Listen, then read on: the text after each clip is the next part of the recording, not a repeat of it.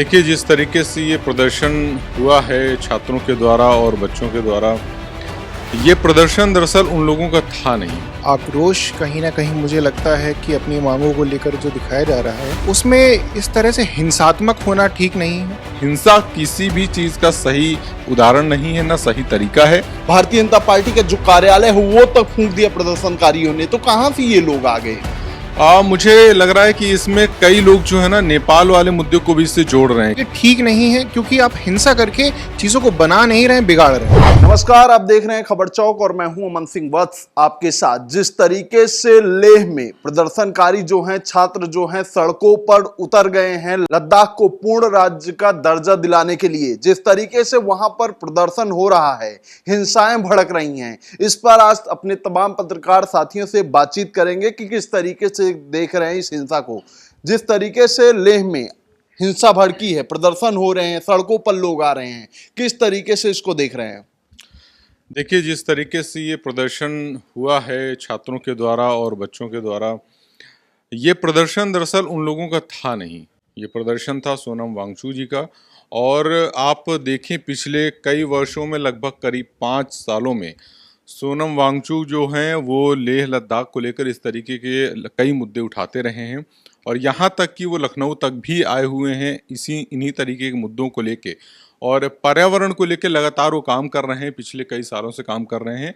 ये प्रदर्शन, ये धरना प्रदर्शन उनका था और उन्होंने बाकायदा इस पे स्पष्ट रूप से कहा है कि जिन छात्रों ने, जो युवा इसमें शामिल हुए हैं और जिस तरीके से उन्होंने ये कृत्य किए हैं, इसमें उनका कोई योगदान नहीं है और ना ही वो इसकी जिम्मेदारी भी ले रहे हैं। तो क्या लगता है क्यों इस तरीके से हिंसाएं भड़क गई? भारतीय जनता पार्टी का जो कार्यालय है वो तक फूंक दिया प्रदर्शनकारियों ने, तो कहां से ये लोग आ गए?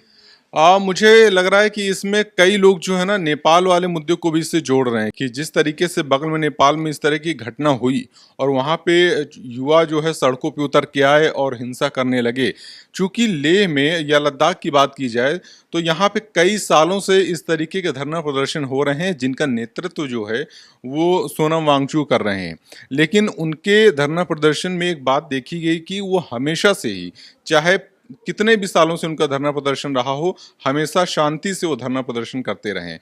कोई हिंसा नहीं हुई है। सरकार से अपनी मांगे उन्होंने रखी हैं, सरकार के सामने मांगे पूरी हो या ना हो, लेकिन उनका प्रदर्शन हमेशा जो है शांतिपूर्ण रहा है। इस बार का जो ये प्रदर्शन रहा है, इसमें जो लोग शामिल हुए हैं, जो छात्र और युवा इसमें शामिल हुए हैं, ये उनके प्रदर्शन का हिस्सा नहीं था। ये लोग अचानक से बीच में आए और इसके बीच में आके उन्होंने हिंसा की। तो कहीं ना कहीं हो सकता है कि युवाओं के अंदर एक आक्रोश रहा हो कई सालों से कि लगातार उनकी मांगें नहीं सुनी जा रही हैं। तो नेपाल में जो कांड हुआ, जिस तरह की घटना हुई, उससे मुझे लग रहा है कहीं न कहीं युवा इंस्पायर होके उन्होंने सोचा होगा कि इसी तरीके का अगर करते इसी तरह की घटना को अंजाम हम देते हैं तो हो सकता है सरकार तक बात जल्दी पहुंचे। लेकिन हिंसा किसी भी चीज़ का सही उदाहरण नहीं है, ना सही तरीका है। सोनम वांगचुक जी ने खुद इस बात का खंडन कर दिया है कि ये जो लोग आए हमारे प्रदर्शन के बीच में, ये हमारे लोग नहीं थे। कहाँ से आए, कैसे आए, मुझे कोई इसकी जानकारी नहीं है और यही वजह है कि उन्होंने इस धरना प्रदर्शन को स्थगित भी कर दिया है। लेकिन जिस तरीके से देखा जा रहा है, जो भी प्रदर्शनकारी रहे हैं, जब वो सड़कों पर उतरे हैं तो उन्होंने खास करके भारतीय जनता पार्टी के कार्यालय को निशाना बनाया है, तोड़फोड़ की है, आगजनी की है। क्या लगता है सरकार के खिलाफ इतना गुस्सा छात्रों के अंदर क्यों?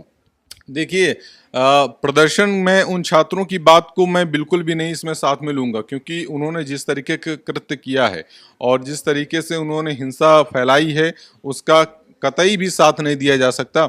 लेकिन सोनम वांगचुक जो जिन मुद्दों को लेके आगे बढ़ रहे हैं लगातार, कई बार आप देखिए कि वो लगातार उन्होंने ऐसे ऐसे इनोवेशन किए हैं जो समाज के हित कर रहे हैं। जहाँ पे लद्दाख वगैरह में, जहाँ पे बर्फ़ जो है, पानी बहुत देर से आता है, जब वहाँ पे हिमालय पिघलते हैं तो पानी की बहुत कमी होती है, उसमें उन्होंने आर्टिफिशियल आइस और बादल इस तरीके इनोवेशन किए ताकि लोगों को पानी की समस्या से जूझना ना पड़े। सौर ऊर्जा और मिट्टी के घरों को लेकर उन्होंने काम किया है। पर्यावरण पे लगातार वो काम कर रहे हैं कई सालों से।